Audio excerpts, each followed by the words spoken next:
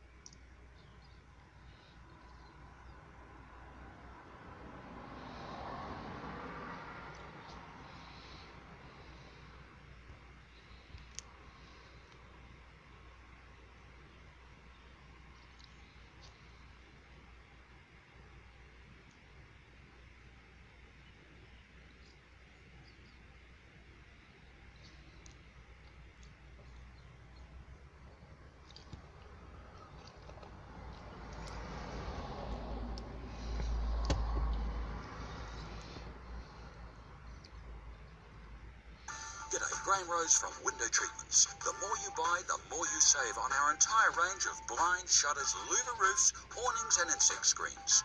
For a free, no obligation quote, just click on windowtreatments.co.nz. The appeal is not Māori and did not ask for a tikanga-based argument. It seems to be an elevation of the role that tikanga has to play in what is largely a Western legal framework. The case now comes back here to the Supreme Court. It's not a retrial, but evidence will be heard and cross-examination will take place. One of the points of appeal relates to the techniques that were used to interview the children. Whether or not there was an understanding by the jury whether there was adequate information in front of them concerning possible contamination. A date's yet to be set for the appeal, and only upon it being over will we know on what grounds it was granted. Kushla Norman, One News. The cost of building a house in New Zealand just keeps going up and up, a bit like the framing around me here, and Kiwis are shelling out a big chunk of their wages to pay for homes they've bought. New affordability figures from CoreLogic show a whopping 32% of the average household income goes into mortgage payments, but that's not bad compared to the Aussies who fork out 34% of their average incomes for their mortgages. Saving to buy a home? Well, it takes New Zealanders an average of 8.5 years to save the deposit for a house. That's a year longer than the historic average of 7.5 years. From buying a house now to renting, an average rents currently chew up 20% of household incomes, as opposed to that 32% figure for mortgages we told you earlier. Katie Bradford has more details and what it all means for you and your family. For these Wellingtonians, the key to home ownership was giving up the dream of an inner-city apartment and opting for a cheaper, former state house in Tahi Bay. Well, we just wanted a house that was warm. A lot of the places we're looking at were just absolute bomb sites. They estimate it would have taken them another 5 years to save otherwise. It would have been unrealistic for us to get a property around the 800, 900k mark, so we just had to lower our expectations. But among all the gloomy economic news, a glimmer of hope for those saving for their own home. CoreLogic data finds that while it's still hard, the likelihood of achieving an affordable house is improving. If you take Auckland, for example, currently that figure is 37% in Auckland, which is higher than that national average. But if you go back sort of 3 years, back when Auckland was really booming in 2016, that figure was 51%. But that hopeful outlook not reflected on the streets of Auckland today. It's ludicrous. Kids are never going to get into the market. I mean, I don't know many people that could get into a house by themselves. In the capital, average property values have skyrocketed by 62% in the last 5 years. It's very expensive. It's a bit of a mixed bag. And in Tauranga, it takes the longest of anywhere to save a deposit, pay rent and pay off the mortgage. Really impossible, I think, for a lot of average New Zealanders. It's all eyes on how things go in the next 6 months. If we see house prices fall and interest rates continue to drop, well, that's good news for home buyers and renters. But if we see more job losses and pay cuts, well, life could get a lot harder. And of course, high rents make it that much harder. The issue for renters and aspiring would-be homeowners is that it's that deposit hurdle. Now, making themselves at home. It's incredible. It's certainly nice to know that we were not throwing our money down the drain into rent, and now we're actually putting it towards something that we own. Sana and Patrick just wish it was more affordable for the rest of their generation to do the same. Katie Bradford, One News. Cybersecurity experts at our GCSB spy agency are still helping organisations hit by a string of offshore cyber attacks. MedService again had issues today after it was targeted yesterday. Anyone heading to its website this morning was greeted by a backup site, in a move the forecaster says was precautionary. On the slopes, Mount Ruapehu says its car park system was deliberately crashed by a cyber attack, which only lasted a few minutes. Both sides, in the case of the first person convicted of both slavery and human trafficking, are launching appeals. Joseph Matamata was sentenced to 11 years in prison for illegally bringing 13 Samoans to New Zealand and exploiting them over a 25-year period in the horticulture industry. The Crown's appealing the jail term, calling it manifestly inadequate, and wants a minimum non-parole period included. Matamata himself has also filed an appeal against his conviction. Well, ignoring pleas to stay away, the US president has visited the latest flashpoint in America's deepening row over racial injustice. Donald Trump swooping into Kenosha, Wisconsin, where a police officer shot black man Jacob Blake 7 times. By defending police actions, the president's been accused of stoking outrage for political gain. Here's Laura James. Protesters in Kenosha with a clear message for the president. More than a week on,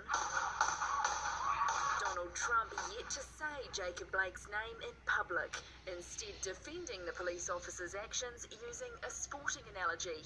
They choke, just like in a golf tournament. They miss a 3-foot... You're not comparing it to golf. Gathering at the site of the shooting today, a plea from his family not to demonstrate. Somebody used a big demonstration as a prop. A little commercial. And they didn't have any interest in meeting with the president. We don't have any words for the orange man. All I ask is that can you keep his disrespect, his foul language far away from our family? I thought it would be better not to do anything with the lawyers involved. Instead, he visited businesses raised in riots. I just appreciate President Trump coming today. It's just a deflection. You know, it's just like, oh, look at this property damage, but look at the fact that this cop shot this man. I think what has happened over the last week has just shown how deep the racism that exists in this country is. Cornered by his handling of the pandemic, the president needs a new election narrative, putting his law and order stamp on scenes of civil unrest. We won't be fooled. We see this strategy for what it is, an attempt to distract us from his failures. You can't stop the violence because because for years he's fomented it. Kenosha, for now a battleground county and a battleground state. Trump won by just 255 votes in 2016. I was asked the other day by somebody saying, do you think it's good that Trump's coming? I said, yeah. They're like, well, don't you think it's going to cause dissension? I go, have you seen our city? Those on the streets today, mostly peaceful, but pledging that until the president addresses racial injustice, they will continue to demonstrate. Laura James, One News. Inmates at Auckland Women's Prison, cut off from family, are helping the only way they can, sewing masks for their community. Visits were cancelled for weeks over lockdown, and even now at level 2, some families are too scared to visit for fear of bringing COVID into the prison. Pacific correspondent Barbara Drever went to the corrections facility in Whitty. Behind the wire in the heart of South Auckland is a project built on fear and love for their people. Terrifying for me because I'm not out there. How do you keep your family safe? How do you keep them safe? This is the answer, sewing masks en masse for those on the outside, and it's emotional. There's friends, there's family out there. There's ones that haven't got money, can't afford it. And we're doing something good. Watching COVID evolve, cut off from society, has been terrifying for the women here. Really sad. So sad and so worried about everyone. 9 women at a time are in the sewing room, and there's a waiting list of those who want to be. We are full of void. So the girls, even though it's a small team, we're doing quite well.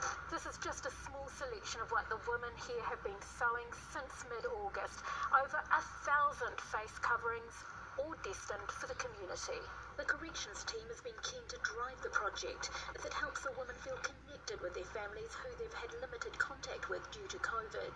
We want to make sure the women are in our care, make sure they maintain the contact with their family as much as we can. You know, we've introduced additional phones across the units and actually video calling that's gone down really well. From a practical perspective, I've been able to learn new skills. I mean, who knew that they would be making face masks at this point in time? The day's efforts are delivered to social services provider Whanua Ola, which is giving families the masks with food parcels. This is something that they cannot afford to pay for themselves, and so just being given this, and with the care and love that these have been made with, they're very appreciated. Back at the prison, the women sew with a purpose. Usually it's their families who worry about them. Now the roles are reversed. Barbara Drever, One News. Next, our Vote Compass tool reveals the key issues for New Zealanders this election. Plus, as more Kiwis get back to the office this week, we look at how workplaces can lower the risk of spreading COVID-19. And he scales great heights nearly every day. I think today, actually, I just done 3 times the height of Everest. Later, what this free skier then does for every metre he climbs. And a little later on 7 Sharp, the problem with passwords, Hillary. Yes, we all need them, but sometimes picking one can be a real brain teaser. So does having a complicated password actually work?